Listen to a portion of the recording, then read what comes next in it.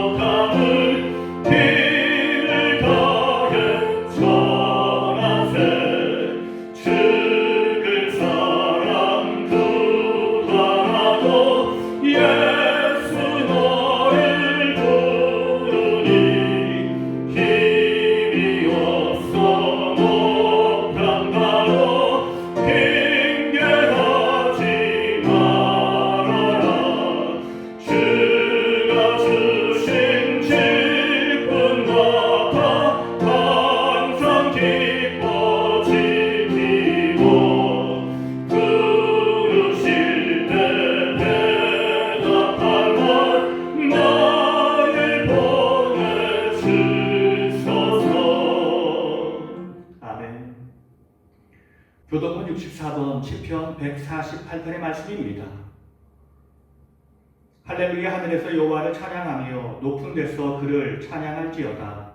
그의 모든 천사여 찬양하며 모든 군대여 그를 찬양할지어다. 해와 달아 그를 찬양하며 밝은 별들아 다 그를 찬양할지어다. 하늘의 하늘도 그를 찬양하며 하늘 위에 있는 물들도 그를 찬양할지어다. 그것들이 여호와의 이름을 찬양함은 그가 명령하심으로 지음을 받았음이로다. 그가 또 그것들을 영원히 세우시고 패하지 못할 명령을 정하셨도다. 여호와의 이름을 찬양할지어다. 그의 이름이 홀로 높으시며 그의 영광이 땅과 하늘 위에 뛰어나심이로다. 그가 그의 백성의 뿔을 높이셨으니 그는 모든 성도 곧 그를 가까이 하는 백성 이스라엘 자손의 찬양받을 이시로다. 할렐루야. 아멘. 나는 전능하신 아버지 하나님 천지의 창조주를 믿습니다. 나는 그의 유일하신 아들 우리 주 예수 그리스도를 믿습니다. 그는 성령으로 잉태되어 동정녀 마리아에게서 나시고 본디오 빌라도에게 고난을 받아 십자가에 못 박혀 죽으시고 장사된 지 사흘 만에 죽은 자 가운데서 다시 살아나셨으며 하늘에 오르시어 전능하신 아버지 하나님 우편에 앉아 계시다가 거기로부터 살아있는 자와 죽은 자를 심판하러 오십니다. 나는 성령을 믿으며 거룩한 공교회와 성도의 교제와 죄를 용서받는 것과 몸의 부활과 영생을 믿습니다. 아멘. 오늘은 청년주일입니다. 이 시간 기도할 때 하나님, 우리가 온전히 하나님만 바라보고 하나님을 예배할 수 있도록 이끌어 주시옵소서. 특별히 우리의 사랑하는 자녀, 우리 청년들을 주의 말씀과 은혜로 지켜주시옵소서. 이들이 주님 오시는 그날까지 끝까지 주와 동행하게 하옵소서. 말씀을 통해서 새 은혜와 새 역사를 이루실 것을 기대합니다. 이 시간 예배를 위해서 공동체를 위해서 힘차게 기도하며 나가시겠습니다.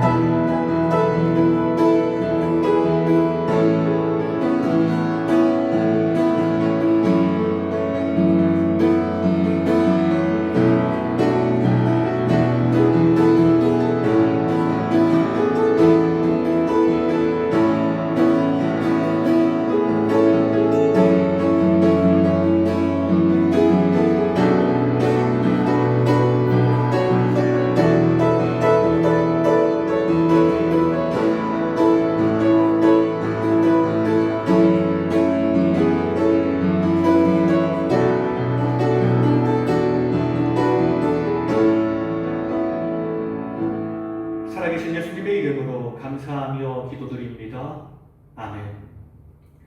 오늘 우리에게 주시는 하나님의 말씀은 사도행전 11장의 말씀입니다.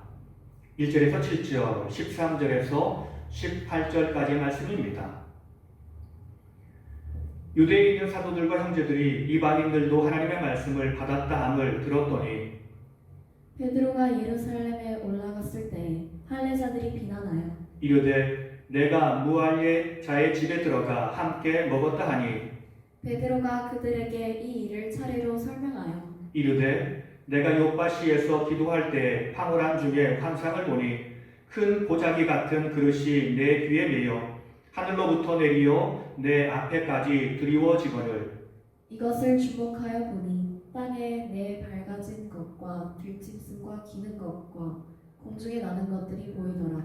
또 들으니 소리 있어 내게 이르되 베드로야 일어나 잡아 먹으라 하거늘 그가 우리에게 말하기를 천사가 내 집에 서서 말하되 내가 사람을 요바에 보내어 베드로라 하는 시몬을 청하라. 그가 너와 내 온 집이 구원받을 말씀을 내게 이르리라 함을 보았다 하거늘 내가 말을 시작할 때 성령이 그들에게 임하시기를 처음 우리에게 하신 것과 같이 하는지라.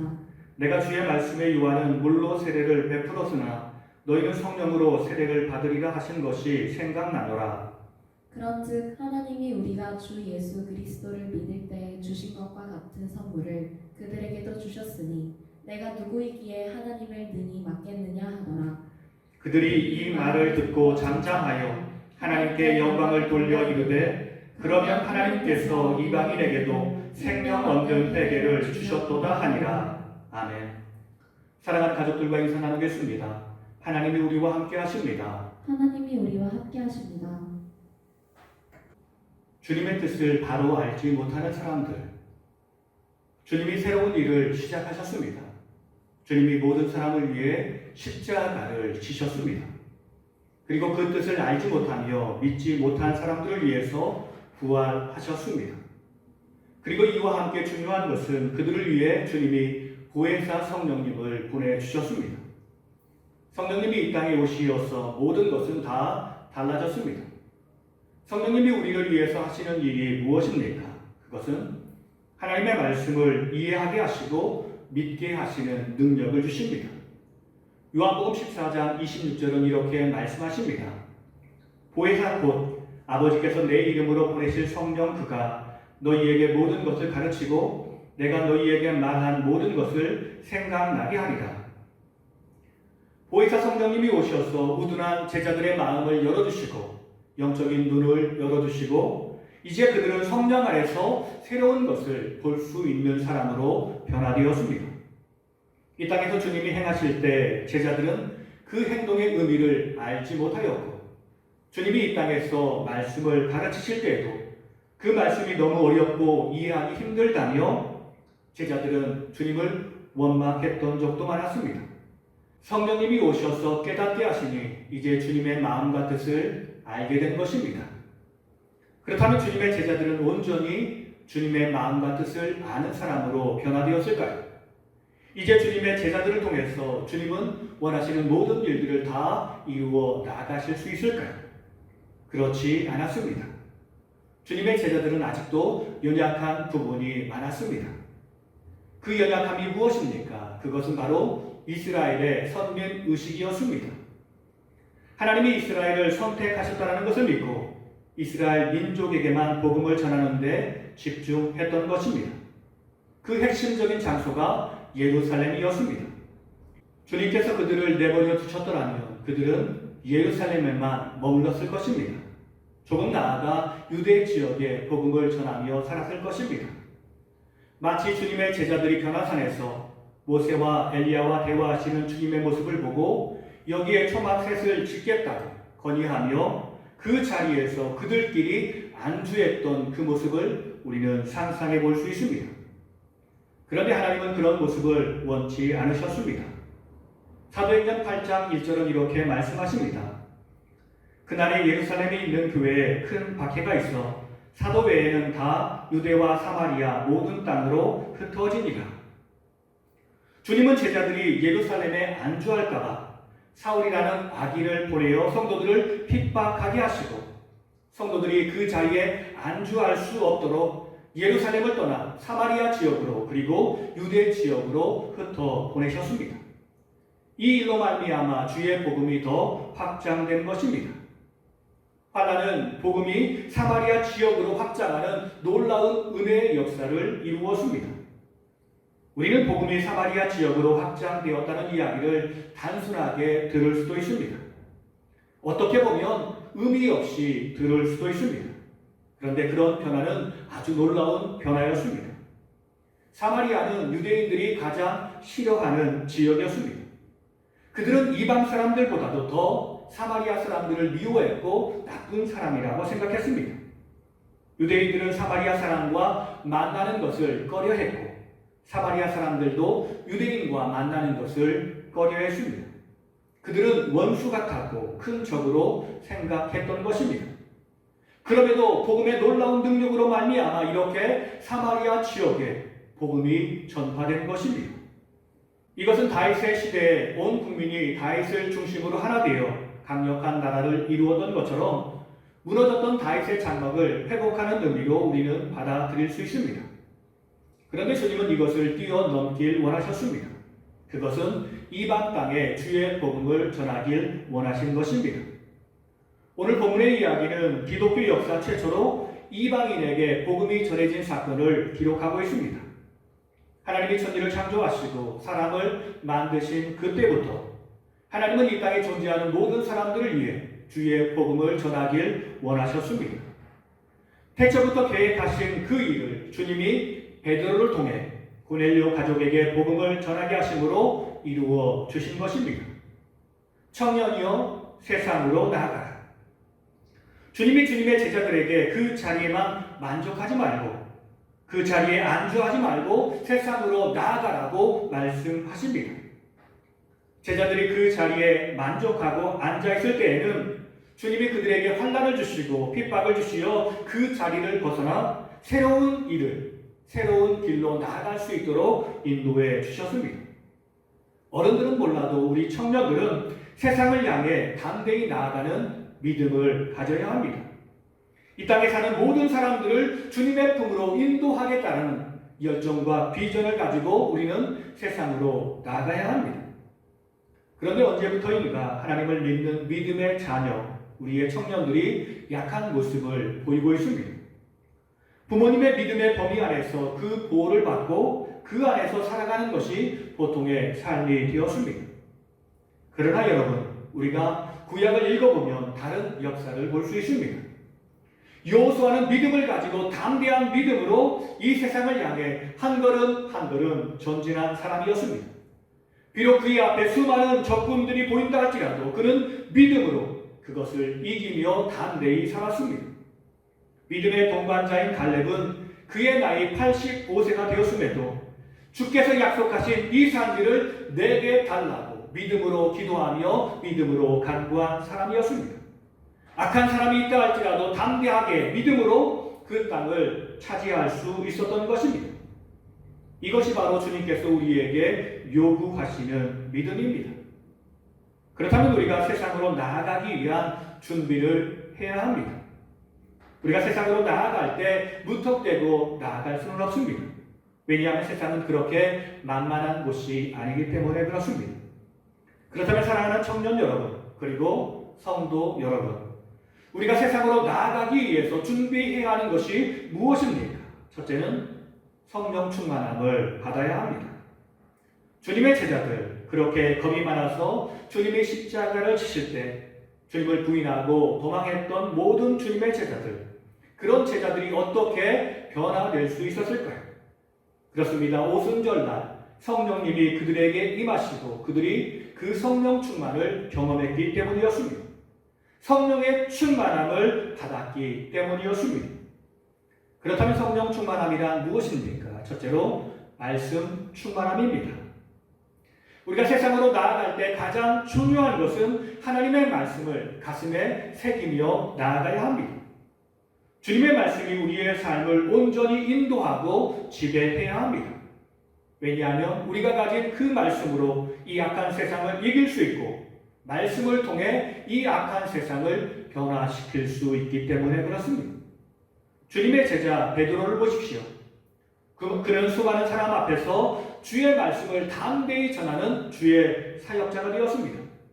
어떤 사람이 와도 주의 복음의 진실을 담대하게 가르칠 수 있는 준비된 사람이 되었습니다. 왜 우리가 세상에 무너질까요? 왜냐하면 말씀이 생각나지 않기 때문에 그렇습니다.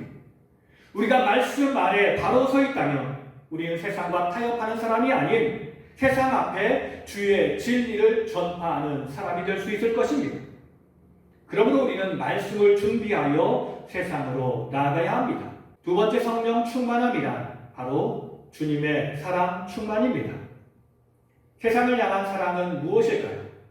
느헤미야 1장 2절에서 4절은 이렇게 말씀하십니다.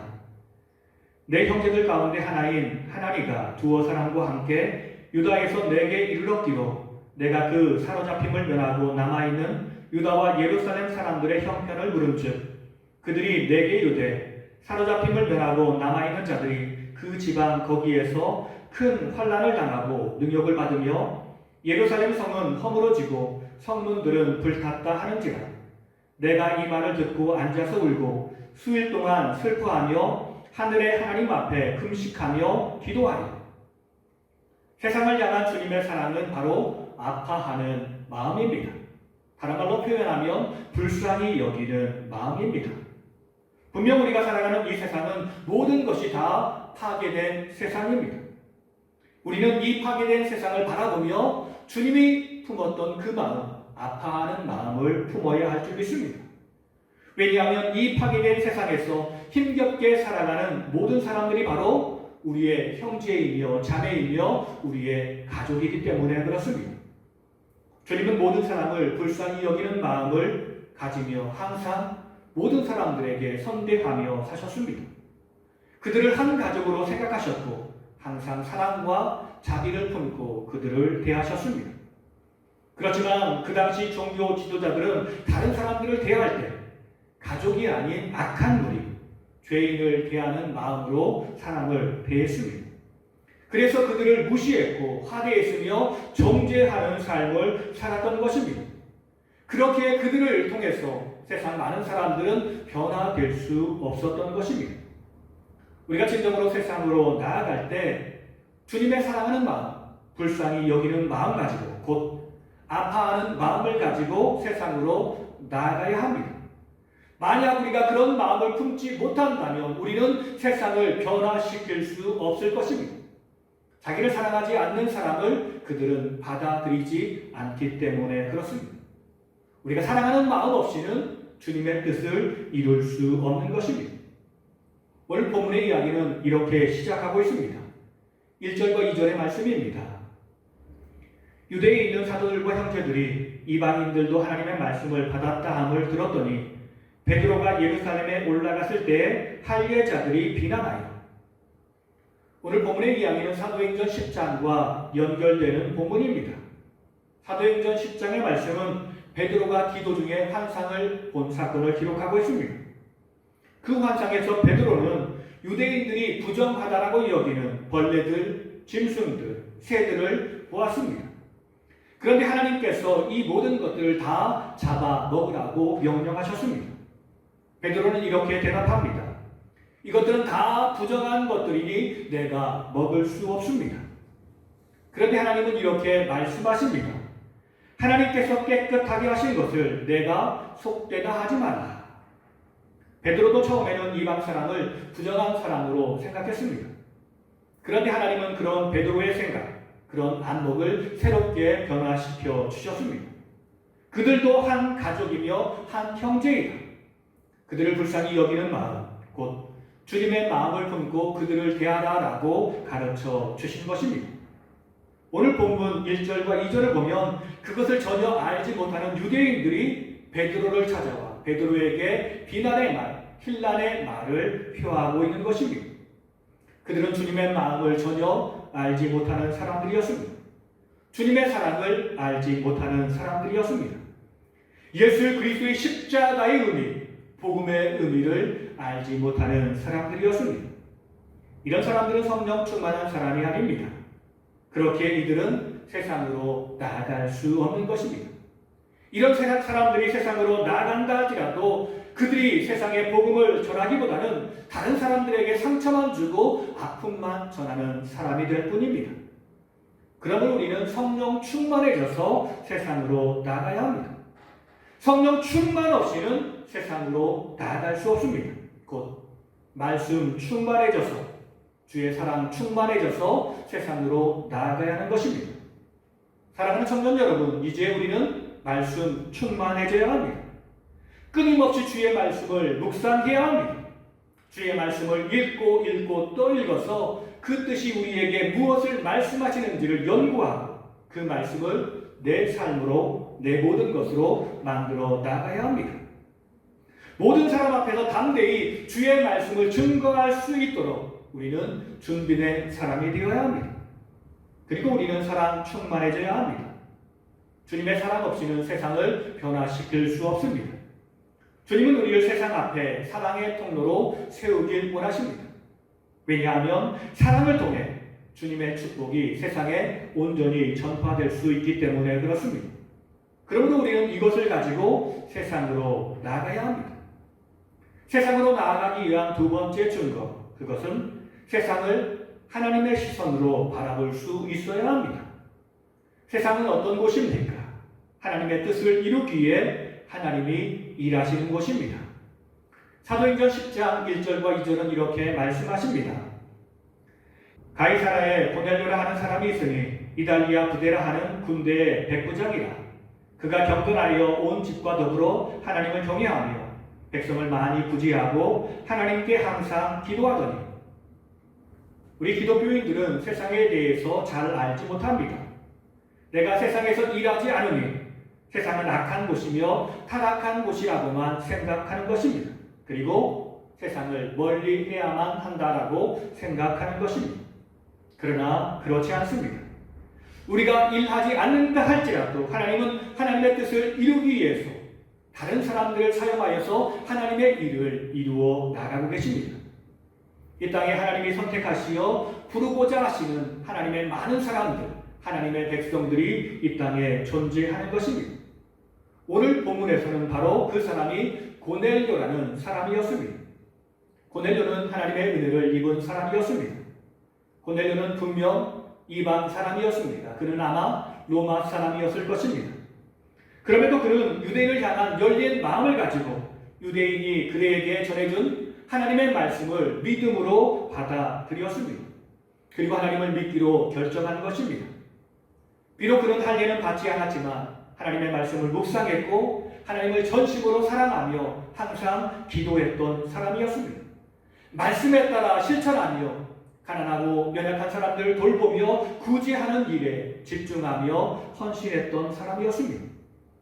십자가의 복음을 알지 못했지만 자기 나름대로 하나님을 위해서 열심히 헌신했던 사울과 같은 사람이 바로 고넬료라고 할 수 있는 것입니다. 주님은 그런 사람을 주의 제자로 삼길 원하셨습니다. 주님이 이 모든 일의 기초는 다 닦아 주셨습니다. 이제 누군가가 가서 그 일에 마무리만 지으면 되는 것입니다. 곧 하나님 나라의 핵심인 예수 그리스도의 십자가의 복음, 부활의 복음만 전하면 되는 것입니다. 베드로는 이 일을 감당하는 사람이 되었습니다. 이처럼 주님은 이미 고넬료를 주의 백성으로 인정하셨는데 교회와 교인들은 그런 사실을 알지 못하고 그를 인정하려 하지 않았습니다. 주님의 시선과 관점보다는 자신의 선입견과 고집을 주장하고 있는 것입니다. 우리가 선입견을 내려놓고 주님의 관점으로 세상을 바라보게 된다면 우리는 믿음 안에서 담대해질 수 있습니다. 세상을 두려워하지 마십시오. 이 세상을 살아가는 많은 사람들도 우리와 똑같은 사람들입니다. 차이가 있다면 믿음의 유무의 차이인 것입니다. 한국 청년들이 한국 사람들과 일하는 것을 때론 두려워하기도 합니다. 한국 사람들은 권위적이기 때문에 다른 사람들을 배려하지 않는다라고 생각하기도 합니다. 하기 싫은 일을 그냥 강제적으로 시킨다라고 생각하는 청년들도 있습니다. 그래서 많은 청년들이 한국 사람들과 일하는 것을 꺼리고 있습니다. 그러나 그건 역시 우리가 피해야 하는 일인 것입니다. 우리가 할 수 있는 일에 최선을 다하고 모든 사람을 향해서 열린 마음을 가지고 성실하게 그 일을 감당해 나간다면 세상의 모든 사람들도 다 우리의 마음을 알게 될 것입니다. 한국 땅에 와서 주의 복음을 전했던 최초의 선교사님들을 한번 생각해 보십시오. 처음에 한국에 왔을 때 그들을 알지 못하고 세상 많은 사람들은 서양 귀신, 마귀라고 생각했던 것입니다. 그러나 선교사님들이 한국에 와서 진실한 사랑을 가지고 많은 사람들을 선대하며 사랑으로 희생하고 봉사할 때 그들의 신실한 모습을 보았을 때 많은 사람들은 그들을 따라 예수 그리스도를 믿기 시작했습니다. 그렇게 이룬 놀라운 역사가 지금과 같이 많은 믿음의 성도들을 보유한 놀라운 믿음의 나라로 변화된 것입니다. 사랑하는 청년 여러분, 우리는 세상에 파송된 선교사임을 잊어서는 안 됩니다. 우리를 세상에 보내신 주님이 우리에게 힘과 능력을 부여해 주실 것입니다. 그러므로 우리는 주님의 시선으로 세상을 바라보고 헌신하는 주의 백성이 되어야 합니다. 주님이 우리를 통해 주의 일을 이루어 가십니다. 주님이 모든 일을 이루어 가십니다. 주님이 섬세하게 계획하시고 그 일을 이루어 가십니다. 8절과 9절은 이렇게 말씀하십니다. 내가 이르되 주님 그럴 수 없나이다. 속되거나 깨끗하지 아니한 것은 결코 내 입에 들어간 일이 없나이다 하니 또 하늘로부터 두 번째 소리 있어 내게 이르되 하나님이 깨끗하게 하신 것을 내가 속되다고 하지 말라 하더라. 주님은 이방 백성들을 구원하시기 위해 아주 섬세하게 계획하셨고 그 일을 이루어 가십니다. 첫 번째는 베드로에게 먼저 환상을 보여주셨습니다. 그 환상은 이스라엘 백성들이 다 부정하다라고 여기는 것을 먹으라고 명령하는 환상이었습니다. 주님은 먼저 환상을 통해 베드로의 고정관념을 깨뜨리셨습니다. 그렇게 해서 이방 사람들을 향한 열린 마음을 그에게 주신 것입니다. 다만 베드로에게 환상을 보여주신 것이 아니었습니다. 주님은 고넬료에게 환상을 보여주시며 베드로를 청하라고 말씀해 주셨습니다. 베드로에게는 자기를 청하러 온 사람이 있다면 묻지 말고 그 사람을 따라가서 주의 일을 하라고 가르쳐 주셨고 고넬료에게는 베드로가 어디 있는지를 가르쳐 주시며 그를 청하라고 말씀해 주셨습니다. 하나님은 이처럼 하나님의 일을 이루시기 위해 아주 섬세하게 계획하셨고 그 일을 하나도 빠뜨림 없이 하나씩 성취해 나가시는 분이십니다. 그러므로 우리는 우리의 인생을 주님께 맡겨드려야 합니다. 우리를 향한 하나님의 계획도 아주 섬세하게 잘 계획되어 있습니다. 이 시대 많은 청년들은 꿈이 없다라고 이야기합니다. 주어진 대로 직업을 갖고 주어진 대로 일을 하며 사는 것이 보통이라고 생각하기도 합니다.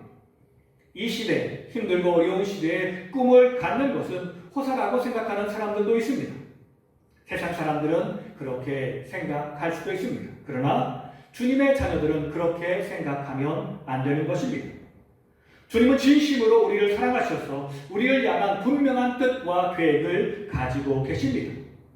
그렇게 주님을 부인하며 주님을 믿는 자를 박해 했던 사울을 변화시켜 주시어서 주의 일꾼 삼으신 것처럼 이방인으로서 전혀 하나님을 알지 못한 고넬료를 하나님을 알게 하시고 더 나아가 베드로를 통해 예수 그리스도의 복음을 듣게 하시어 구원 백성으로 삼아 주신 것처럼 주님은 우리를 향한 분명한 계획을 가지고 계십니다. 그 계획은 아주 섬세한 계획입니다.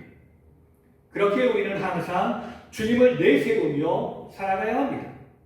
항상 먼저 주님께 우리를 향한 주님의 뜻이 무엇인지를 물으며 살아가야 합니다. 이 질문은 바로 나의 삶의 주인이 누구인가를 고백하는 질문인 것입니다. 일이 중요한 것처럼 보이지만 일보다 중요한 것이 많이 있습니다. 그중 제일 중요한 것은 주님을 앞세우는 믿음의 삶입니다. 이것이 바로 주님이 이 땅에서 우리에게 보여주신 믿음의 본의 삶입니다. 그런 우리 주님을 향해서 우리가 할 수 있는 일은 기쁨으로 순종하며 주와 동행하는 삶을 살아야 합니다. 하나님의 말씀으로 세상을 창조하셨습니다. 말씀으로 하늘을 만드시고 땅을 만드시고 바다와 땅에 거하는 모든 피조물들을 만들어 주셨습니다. 마지막으로 하나님은 사람을 자기 형상으로 만들어 주셨습니다. 하나님의 형상이라는 말의 의미는 하나님의 대사라는 뜻을 가지고 있습니다. 하나님은 멀리 계셔서 모든 것들을 다 지도하시고 우리는 그 땅의 대사로서 하나님이 우리에게 주신 사명, 곧 그 일들을 하나씩 감당하는 존재인 것입니다.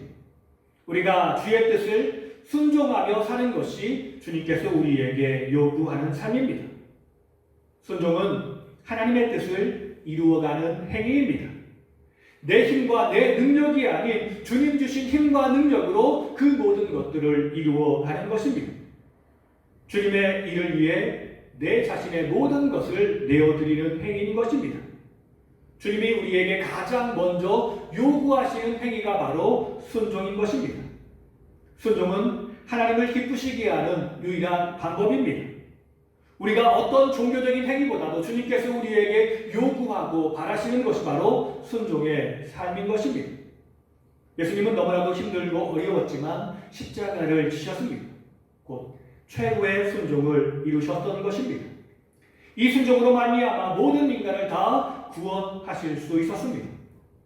순종은 참으로 어려운 것처럼 보입니다. 아브라함도 처음에 순종하는 사람은 아니었습니다. 끊임없이 세상의 도전 앞에 무너지고 무너졌던 사람이 바로 아브라함입니다. 그러나 포기하지 마십시오. 그냥 그 자리를 떠나지 말고 우리는 그 자리를 지키면 되는 것입니다. 아브라함도 천천히 바뀌었습니다.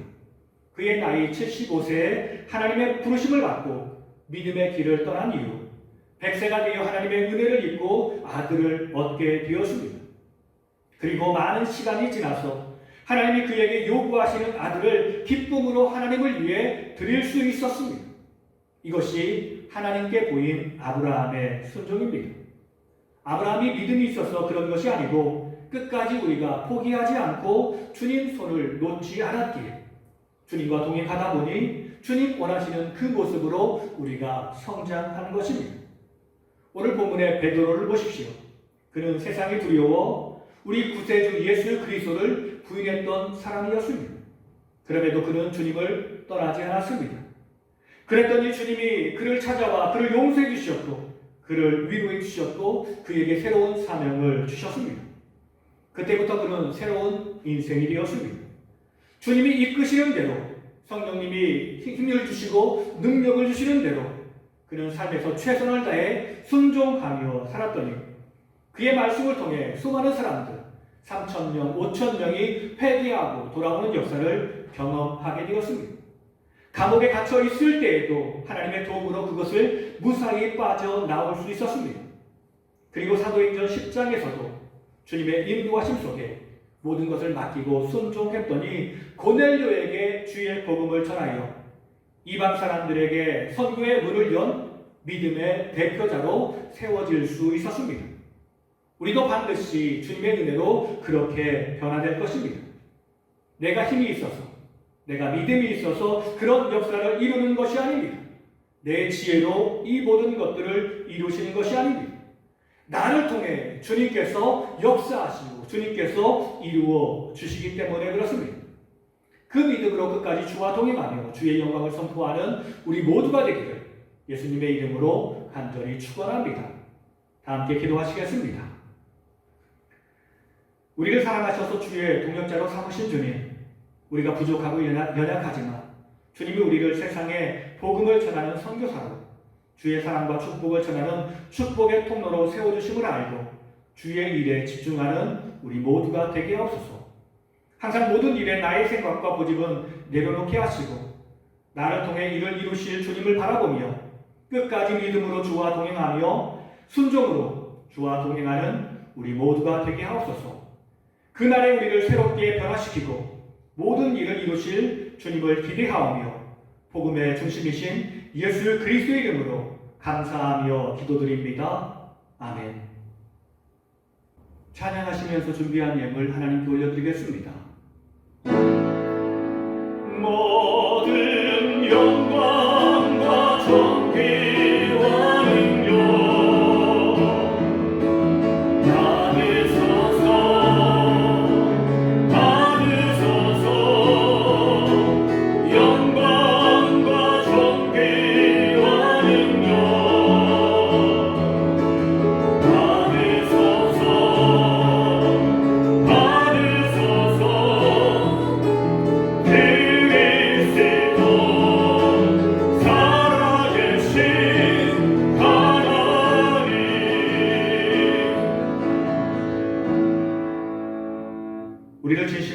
하시어 우리에게 복음의 진리를 통해 구원해 주시고 영적인 은혜와 복을 받게 하시고 주님의 보살핌 속에 육체의 모든 것을 채워주신 주님, 주님의 은혜로 우리의 영과 육이 다 평안을 누리며 행복을 누릴 수 있었습니다.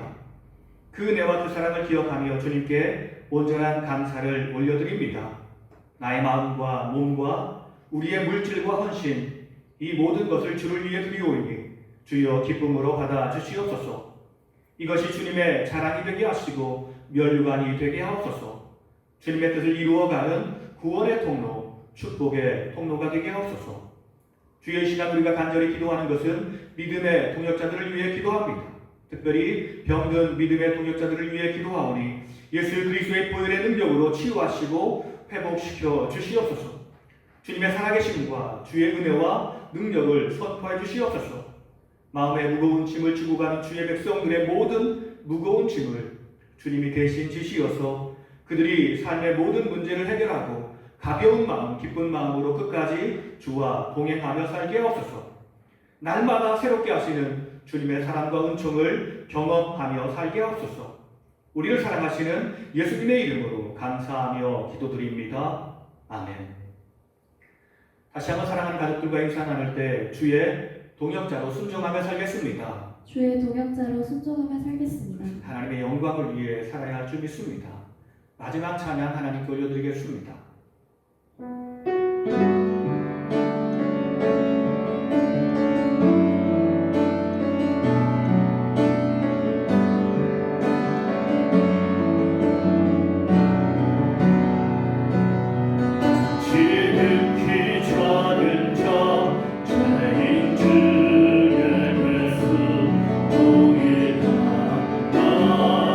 부르셔서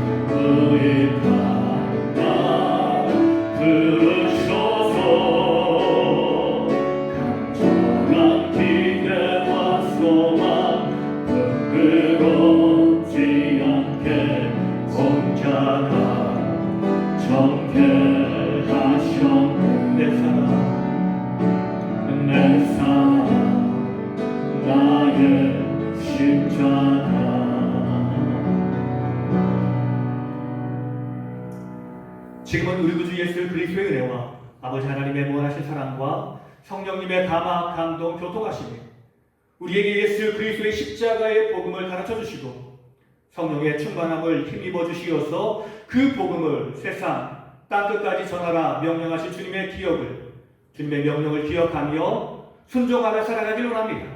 주의 복음을 세상에 전하며 살길 원합니다. 기도하며 결단하며 삶의 현장으로 나가시는 사랑하는 성도님들과 가정과 자녀들의 삶 가운데 주님께서 빚값으로 세우신 우리 작은 샤교 위에 이 땅에서 주를 예배하는 모든 백성들과 이 땅을 살아가는 모든 백성들 위해 이제로부터 영원토록 함께 하옵시길 간절히 축원하옵나이다. 아멘.